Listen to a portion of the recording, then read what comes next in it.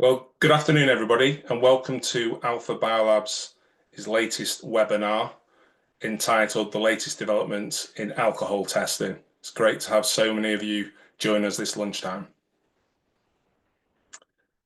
So my name's Andrew Priestley, and I'm the Marketing Manager for the legal sector here at AlphaBiolabs, and I'm delighted to be joined today by my two colleagues. We've got Ashley Friday, who's our company trainer, and we have Sam Evans, who's one of our toxicology reporting scientists. In terms of the agenda, we will keep the webinar to within about 40 minutes. I'm just going to very briefly set the agenda really, just look at some latest trends in alcohol usage.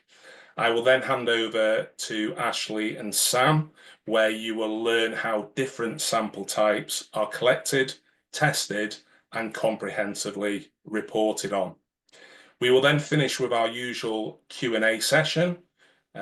We've had a lot of questions already come in, which is great as part of the registration process. So we will answer those questions that have already been asked when you registered.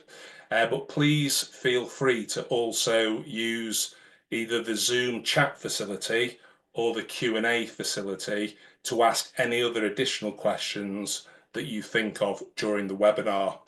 If we have enough time, we will answer those questions as well. But if we don't, then we will certainly send you an email with an answer after the webinar. Okay, so in terms of the latest trends in alcohol usage, I just thought it'd be useful to start by defining what we mean by chronic and excessive consumption of alcohol. It's something you'll hear a lot of in the next 40 minutes or so. So based on guidance from the World Health Organization, if a person consumes more than 60 grams of alcohol, which is about 7.5 units, on an average daily basis over 2 or more months, this is deemed to be chronic and excessive consumption. Okay, so two key things there really, the word average. So it doesn't mean that somebody has to be consuming that amount of alcohol every day. It means over that period of time, on average, they need to be consuming that amount. And that would mean that it was excessive consumption. And also what's important is the minimum period of 2 months or more. At that point, you would say it's chronic and excessive consumption. So you will hear us refer to that term quite a bit in the next 40 minutes or so. So what does that translate to in terms of drinks? Well, 7.5 units per day is the equivalent of 3 pints of beer, or it could be 2 medium-sized or 3 small glasses of wine. Now, we last ran some alcohol testing webinars back in November last year. And for those of you that joined us for those webinars, you might recall this chart you can see on the screen now. This is a report called The Latest Trends on Alcohol Consumption in England from the Alcohol Toolkit Study. And as you can see, it's been updated as of September, so last month. When I shared this with you last year, what you could quite easily see from the chart was if you look at the period where COVID started, so sort of April 2020, the chart shows you the percentage of people in a survey of about 2,000 people nationally who said they drank at least 14 units or more per week. And so they were put into what we call a sort of higher risk category, not quite at the level where they'd be considered to be a chronic and excessive consumption, but certainly going towards that sort of area really. So COVID quite clearly saw an increase in general sort of alcohol usage in England. And again, that chart is broken down by class type as well. So for all class types, there was quite an increase really. And that has continued up till August of this year. And we did predict that, or I predicted that when we spoke last year, was that the expectation was that it was going to continue at that higher level than it was pre-COVID. And as you can see from the chart there, that indeed is the case. And then this one from the same report looks at the percentage in that higher risk category, the 2,000 people, and it asked them, are you trying to currently restrict your consumption of alcohol? And again, this chart is a bit more, I would say, seasonal. It's sort of up and down, really.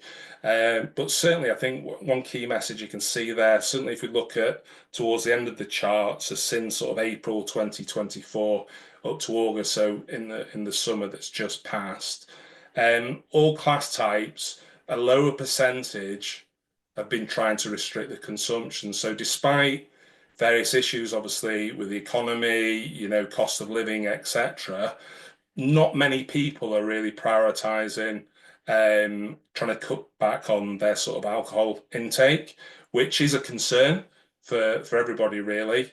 And it certainly means that in terms of alcohol testing, it's something that is not going to go away anytime soon. It needs to be considered. I do expect that going into 2025, we will see the same sort of trends continuing. Okay, so that's just a brief opener. I'm now going to hand over to Ashley, and Ashley's going to talk about collecting and analysing different sample types. Ashley. Good morning. Thank you for joining us on this webinar. I'm going to start off by talking about the type of test that we would recommend that you do if possible, which if you've been to one of these webinars before, you'll have heard me talk about, which is testing for alcohol in head hair.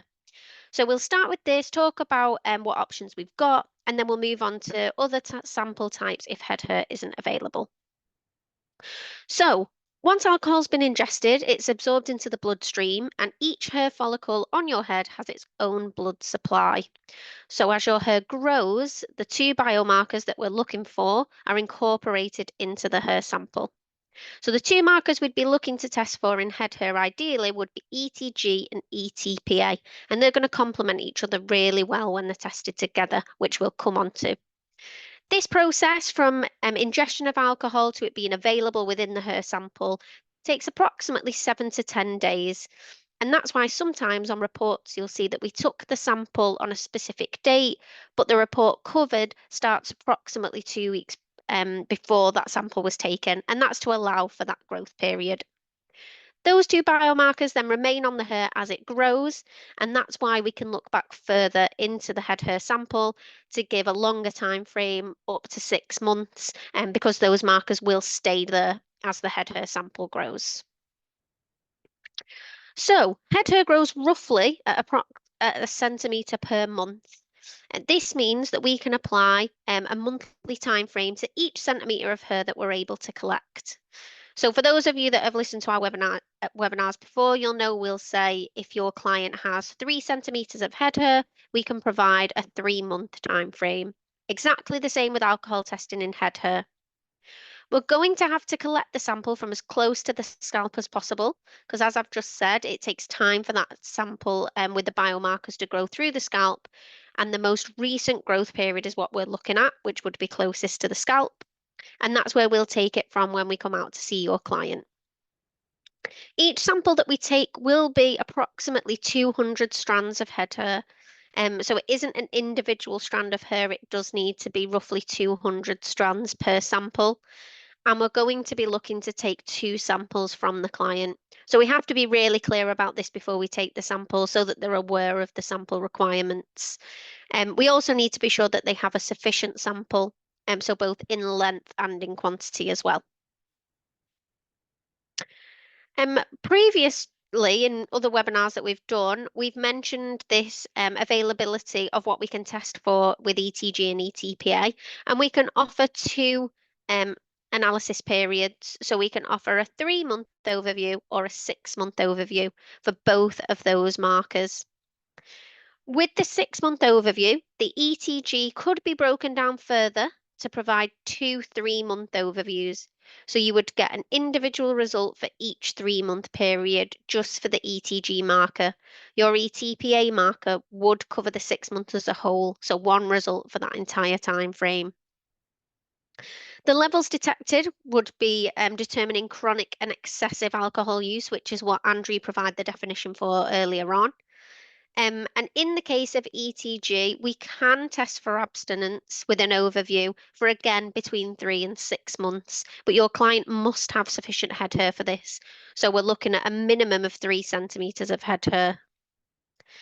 The ETG marker can be segmented monthly, which we haven't spoke about in previous webinars. So if your client does have less than 3 centimeters of head hair, we can look at ETG only for chronic and excessive alcohol use, which we'll break down a little bit further in the following slides, but not for ETPA. So if you are wanting to do the two set tests side by side, you need that minimum of 3 centimeters of head hair from your client. So looking at each test individually, what we can get from it. So your ETG test, this is water-soluble ETG. So it's formed in the liver and then deposited via the sweat glands. This does mean that certain cosmetic treatments, such as bleaching, dyeing, perming, and excessive washing, can potentially decrease the levels that are found within the hair. And this is why we always recommend that you do both tests together because they complement each other well.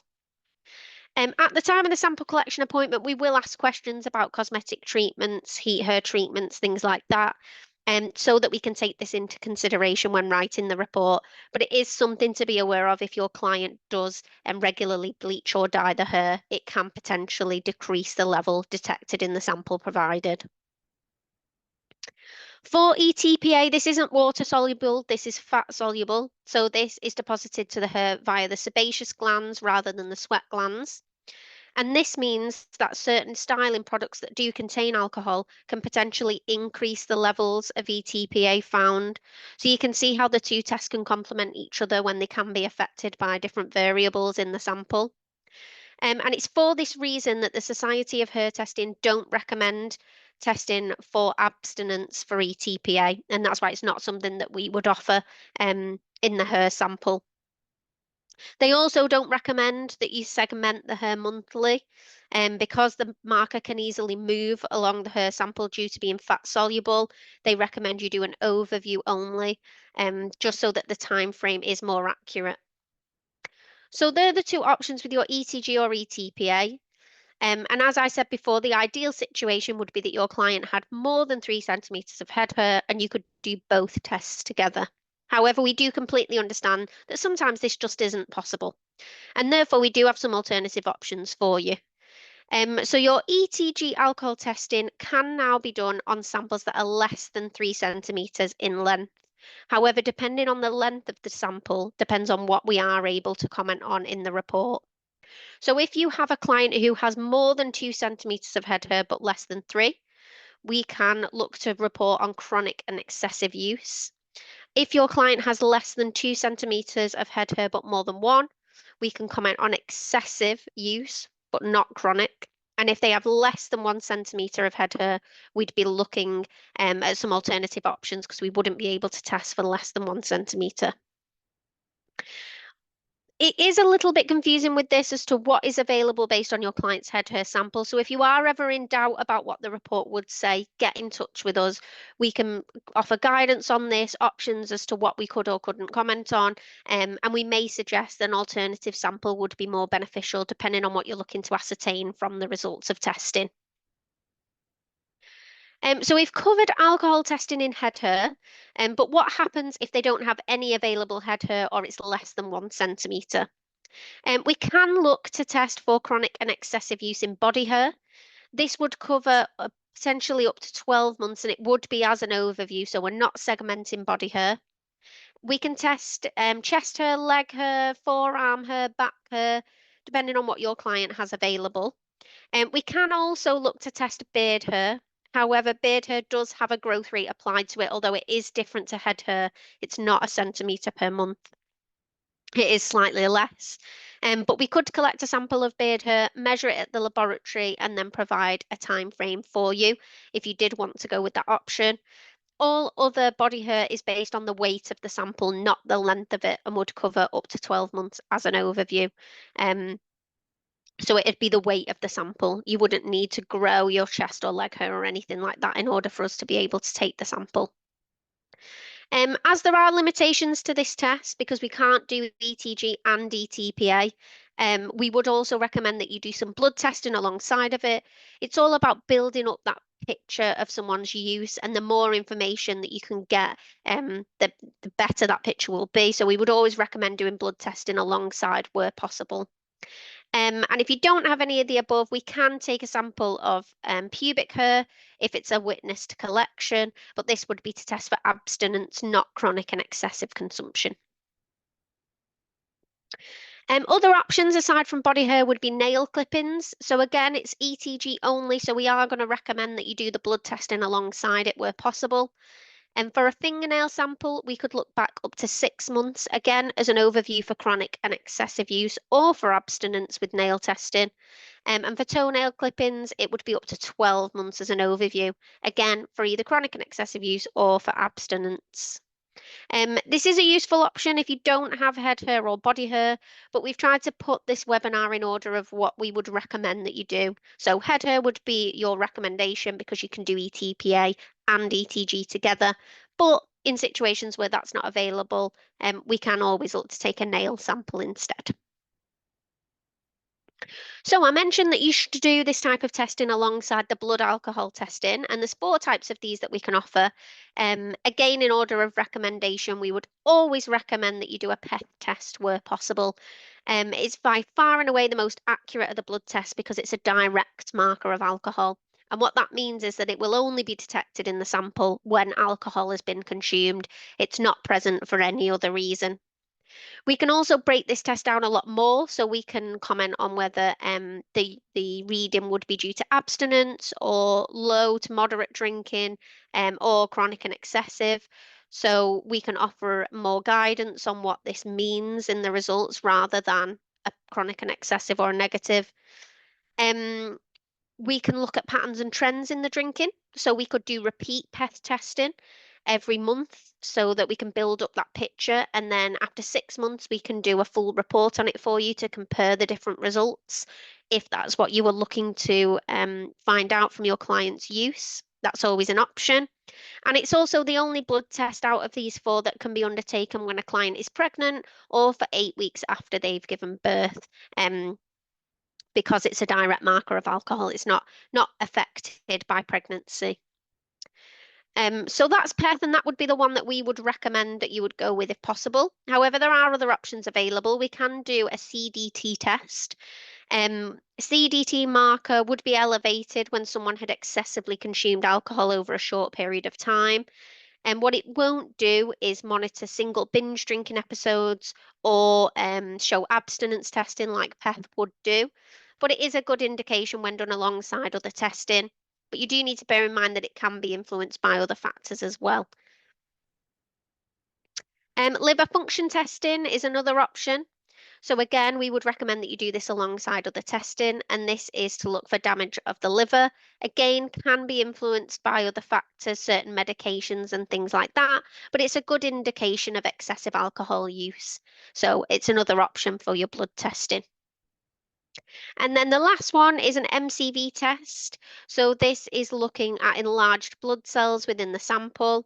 Again, a great indication with whether someone's been consuming alcohol excessively, however, can be affected by other factors, just like your LFT and your CDT testing. So again, something to bear in mind if you are looking at this one is to do it alongside other types of testing. And then the final test that we can offer is a breath alcohol test. So this would be looking for any alcohol present at the time of providing the sample. So where we've spoken about looking back 3 or 6 months in your hair samples, or kind of a month to 3 month in your blood samples. Breath alcohol testing is looking at the here and now, what exactly was present in the breath sample at the time the sample was collected. And this can be done at our walk-in clinics if it is needed, and a report sent over to you for the breath alcohol concentration. So looking at periods of analysis for the testing that we've just spoken about, these are the options. So you've got as little as 24 hours if that's what you're trying to look at, and then all the way up to 12 months for your body hair testing and for your toenail testing as well. So depending on what you're looking to prove or disprove and the time frame applicable to that would dictate what type of sample would be best used. And again, you can always get in touch with us and we'd be able to advise based on your specific requirements. And then we've just popped them into some little tables just to kind of to make it a little bit clearer as to exactly what you would get from what sample. So the top line there is just showing that if you did have 3 or 6 centimeters of head hair, that would be our recommendation to do ETG and ETPA together, and that would test for chronic and excessive consumption. And then as you go down the table, it shows exactly what would be reported on if you weren't able to get 3 or 6 centimeters of head hair, and what the ETG only could provide in way of excessive consumption or chronic and excessive consumption or abstinence, depending on the sample size available. Looking at other options, so you've got your body hair and your fingernail comparison there. So they are all based on weight, with the exception of beard hair, which is based on length, and that time frame would be applied once it reached the laboratory and we were able to measure it. And all of these are testing for chronic and excessive consumption, with the exception, and then everything will test for abstinence, sorry, with the exception of your beard hair as well. So if that's what you're looking to prove or disprove, then that might be a better option for you. And then finally, the blood testing that we can offer.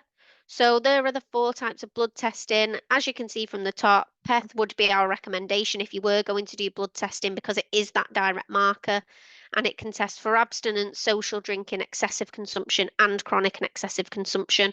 Whereas the other 3 are just testing for chronic and excessive consumption. All of the blood tests are to be done via venipuncture. However, we can offer finger prick testing for PEth only. If you have a client who's needle phobic, we can offer that as well, just to be able to provide that type of testing and it not be something that would hold up that requirement. So that is always possible, just needs to be requested at the time of booking. So moving on to the chain of custody side of things, once we've collected the sample, we can send a collector to a home address, to a solicitor's office, to a court, to a prison, or you can make use of our walk-in clinics in order for the sample collection to go ahead. We would ask that all sample donors provide one form of identification, and we always take a photograph of the person who presented at the time of testing as well, just to be certain of who exactly gave that sample. We'll ask them some questions about any hair treatments that they use, as covered earlier, because it can affect the testing. So any bleaches or dyes, any products that they put on the hair. We'll also check whether they are pregnant or have been pregnant in the last 8 weeks if they are requested to do a blood test, just to be sure that that's not going to affect the testing. Because as mentioned, it's only PEth where we would be able to do that if the person was pregnant or had recently given birth. The sample is then tracked at every stage, right through from collection to the issue of the results, and that just means that our chain of custody is legally defensible in court. And we would always recommend that you get the full statement of witness report, which Sam's going to talk about in just a moment, so that you've got all of the information provided at the time of the appointment, including the declarations of any medication or hair treatments. And we've just spoken about sample collections very briefly as to where we can attend, but if your client would prefer to come to us, if that suits them better, we have 20 sample collection centres based all across the UK, and these offer free sample collection appointments. And we are opening, as of this month, a Blackpool walk-in clinic, which is brand new, hoping that that would help with some of your clients who live a bit further north in being able to attend the clinic as well. So that's always an option if a home appointment or attending your office isn't suitable for the customer. And now I'm going to hand over to you to Sam, who will talk about how to interpret our court-approved reports. Good afternoon. I will now be taking you through how to interpret our court-approved expert reports, as Ashley just alluded to there. So with our reporting options, we aim to keep our expert reports as simple as possible to read, whilst simultaneously being clear and concise. To aid this, recently we have put our conclusions as the first page following the title page, so the interpretation is immediately there, which is obviously the most important section for our clients to read. Our most popular reporting option request is an expert report, as this provides a full interpretation of the results. However, If you do already have an understanding of the results and an expert interpretation is not required and would only like the result itself, we do offer the alternative of a certificate of analysis as an alternative option in some cases. All of our reports are work within the framework of family law and follow part 25 of the family procedure rules. So the first example is the title page. So this is a very simple title, simply saying expert report. It has the donor information, including the case number, the instructing party, and the reporting scientist that wrote the report. So very simple and concise. The next part is the most important part of the report. So this is the conclusion. This includes, in these instances, the hair alcohol biomarkers results and the consequential interpretation. And it's in this section that we've also provided information related to any cosmetic hair treatments and any products and how the use of these may have affected the hair alcohol biomarkers results. We also can add extra caveats if applicable. So in relation to the nature of the sample upon receipt, for example, and whether it's been curly in nature, as this may affect the alignment of the sample during segmentation. So we would add a caveat into these instances, as in this example, to say the time period applied should be used as guidance only. But it's important to note that with hair alcohol biomarkers, that it's the length of hair that is tested and not the time period that determines the specific interpretation. Following the conclusion, as you can see at the bottom, there's the request of analysis. Now this includes the sample type requested, the approximate length of sample, and the analysis requested. Now there's any differences to this. So for example, if we couldn't analyse scalp hair, or we couldn't do the 3-month overview analysis as requested, we would add in these caveats to explain why we couldn't do this in those instances, for example. The next page would be this donor sample information. So as it says on the tin, essentially, which includes all details, including sample donor identification and photographic identification, if that's available, and then the consequential sample donor photo. And the disclosure sections underneath are simply to state that the lab have undertaken the work and it was checked by the reporting scientist prior to the writing of the statement. Now this section is vital next, which is sample donor disclosures. So we have any medication that's been disclosed and any alcohol consumption that's been disclosed in a typical week. For example, the information that we can use from this section would be if they declared an amount of alcohol consumed per week. Sometimes we can provide a calculation, which would be presented on the next page. But this calculation should only be used as a guide, and its significance should not be overestimated.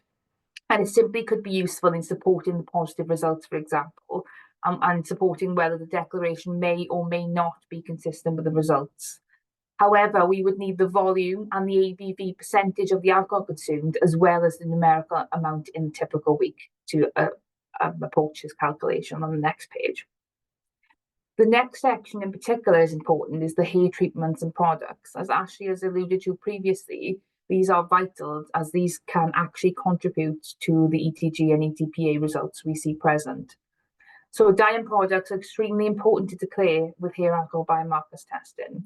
So products that can contain alcohol, usually found in the forms of ethanol, ethyl alcohol, or alcohol denat or denatured alcohol, as listed on the ingredients, can falsely elevate the ethyl palmitate results. And dyes and bleaches can significantly lower the ETG. And with aggressive treatments, this can actually lower the concentration of ETPA to some extent also. So this is vital information for the sample donor to declare, so as this would influence our interpretation.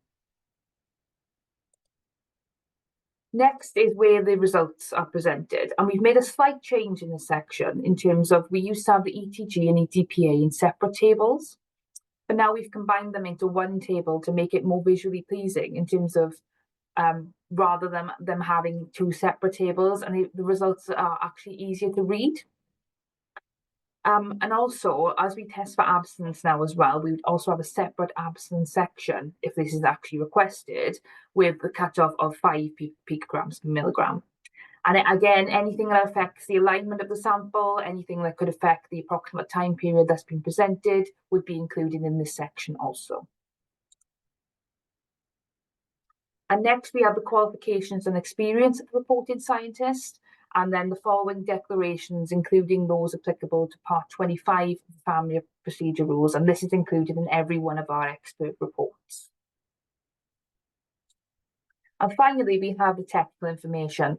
Now, this includes information related to the type of sample collected, whether that be scalp hair, body hair, beard hair, and the differences in the approach to growth rates. Next, we have the alcohol consumption. So this is how ETG and FAEs are produced, including ethyl palmitate. And we've added recently anything about non-alcoholic drink information and how these drinks have little to no effect on the blood alcohol concentration.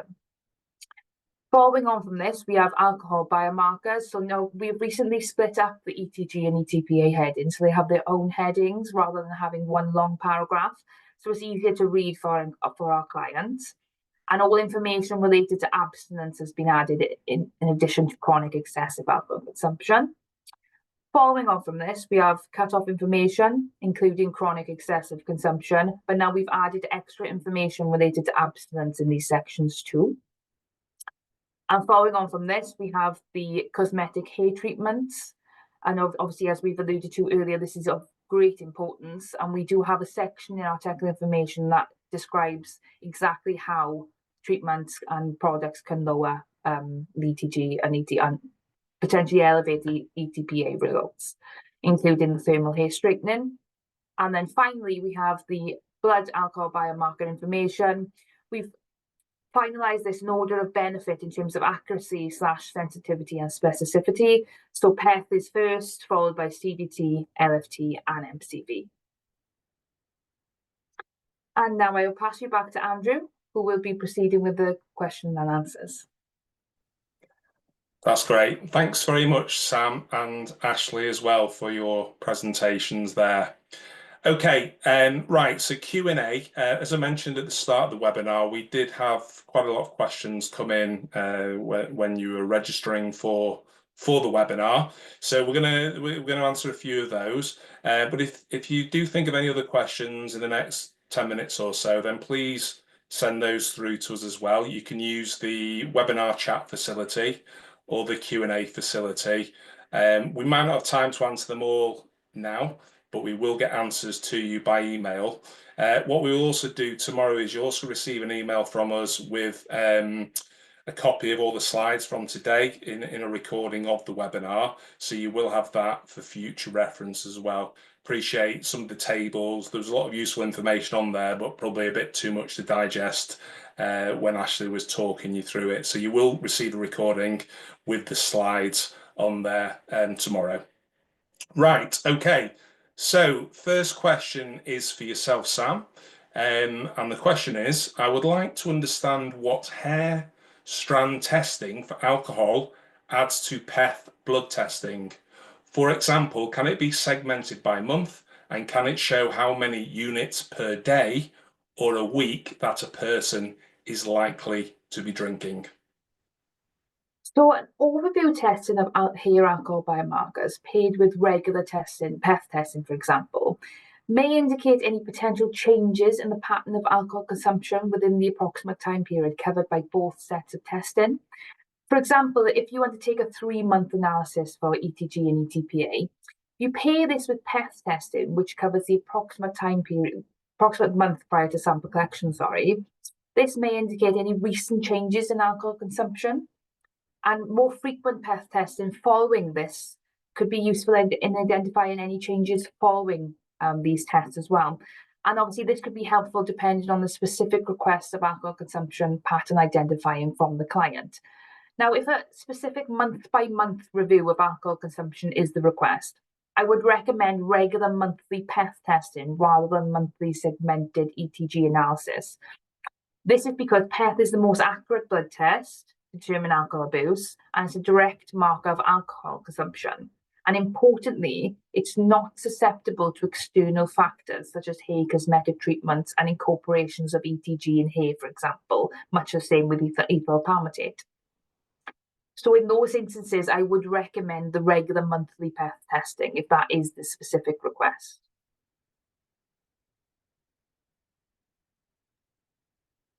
Great, thank you, Sam.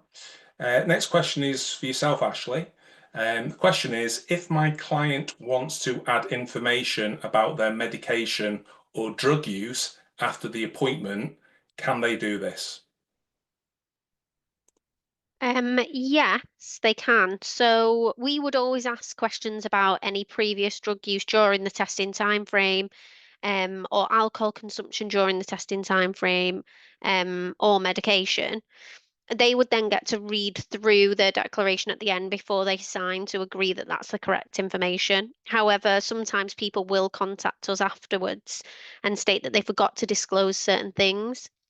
Now, if they have opted to get a copy of the form by popping their email address into the form at the time of the collection, they'll get an email stating that they've got 48 hours to make any amendments before it goes off to Sam and her team to be able to make comment on it. So if they can get it in within the 48 hours, that's absolutely fine. We can amend that and take it into consideration when reporting. The problems come when they don't disclose it within that time frame.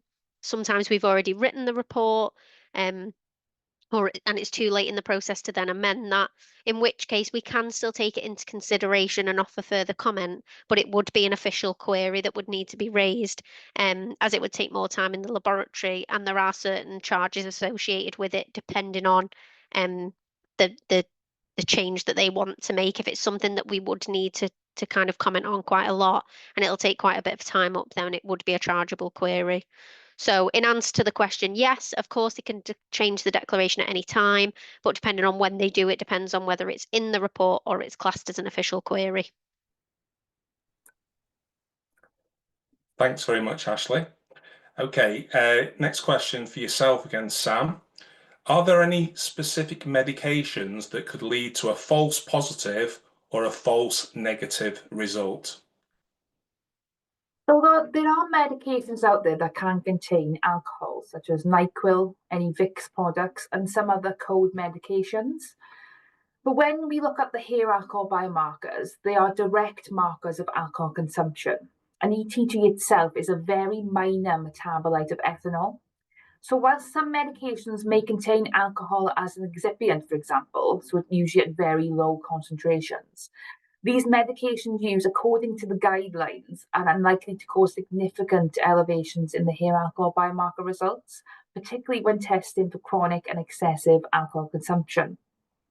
I am unaware of any medications that could lead to false negative results, but as we alluded to earlier in terms of the hair cosmetic treatments, this could actually cause a significant reduction in the concentrations of ETG and potentially ethyl palmitate also. So that needs to be taken into consideration when assessing the hair alcohol biomarkers results.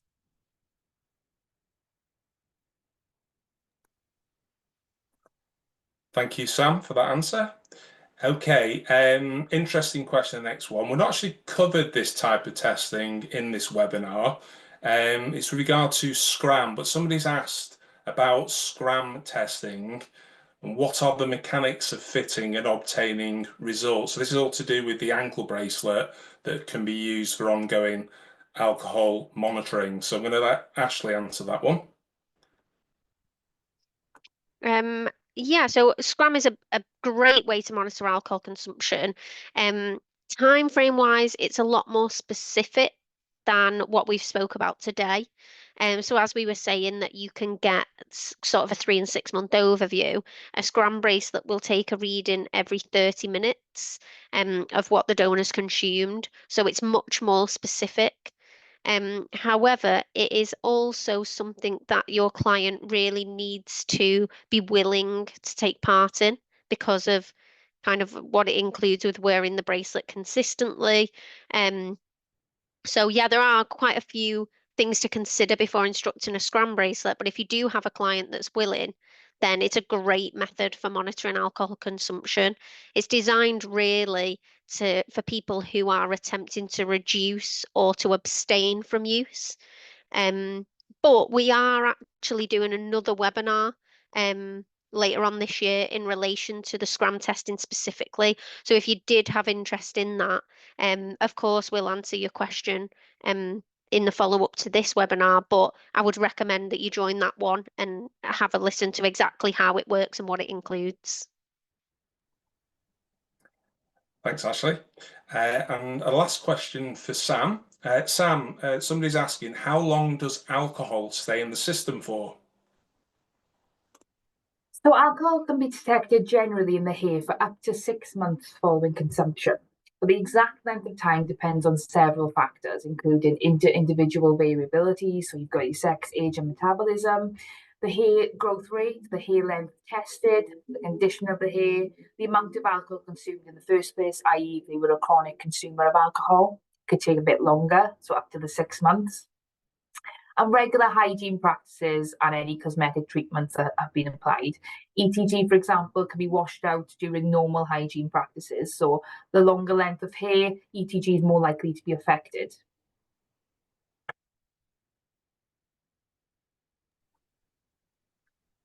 Thanks very much, Sam, for that answer. Okay, one last question, which I'll answer actually, because we actually had a couple of questions. So asking about costs and prices. Obviously, as I'm sure you appreciate, we've covered a wide range of alcohol testing services that we can offer. So I won't be able to give you all the prices now, but just to give you an idea, our standard price for a 3-month or a 6-month head hair overview, so that's testing both the ETG and the ETPA biomarkers for chronic and excessive alcohol consumption, well, we would currently charge £345 for that test. And then in addition to that, if you wanted the expert report, that would be £135. And for a home sample collection, that would be £105. So it would be a total of £585. If you do want any more specific price or anything, then please contact our new inquiry team. We'll bring the details of them up on the screen at the end of the webinar. And also please visit our website where you can request a quotation online using one of our user-friendly forms. We have received a couple of the questions whilst we've been talking, so I appreciate we don't have time to answer those now, but we will send an email to those people with answers after the webinar is finished. If you have still got some further questions, then there's still time to put those into the Q&A for us. Okay, so just to finish off then, why choose AlphaBiolabs? Well, we offer a competitive pricing and premium service, and all pricing is within the legal aid agency rates. We also now offer what we call the price match promise. So we promise to beat any like-for-like quote by 10%. So if you get a quote from another testing provider and provide a copy of that to our new inquiry team, we promise to beat that quote by 10%. Once we have that quotation request from you, we will return within an hour the actual quote for you. And as Ashley mentioned, once we're instructed, sample collections are available from any UK or Ireland address within 24 to 48 hours of instruction. As Ashley also mentioned, we offer free collections from any one of our 21 UK or Ireland walk-in centres. And currently, our alcohol test results are issued within 3 to 5 working days of the sample receipt. As Sam has explained to you, we pride ourselves on providing user-friendly, court-approved reports, and you will also get a dedicated case manager from instruction until the test report is issued to you.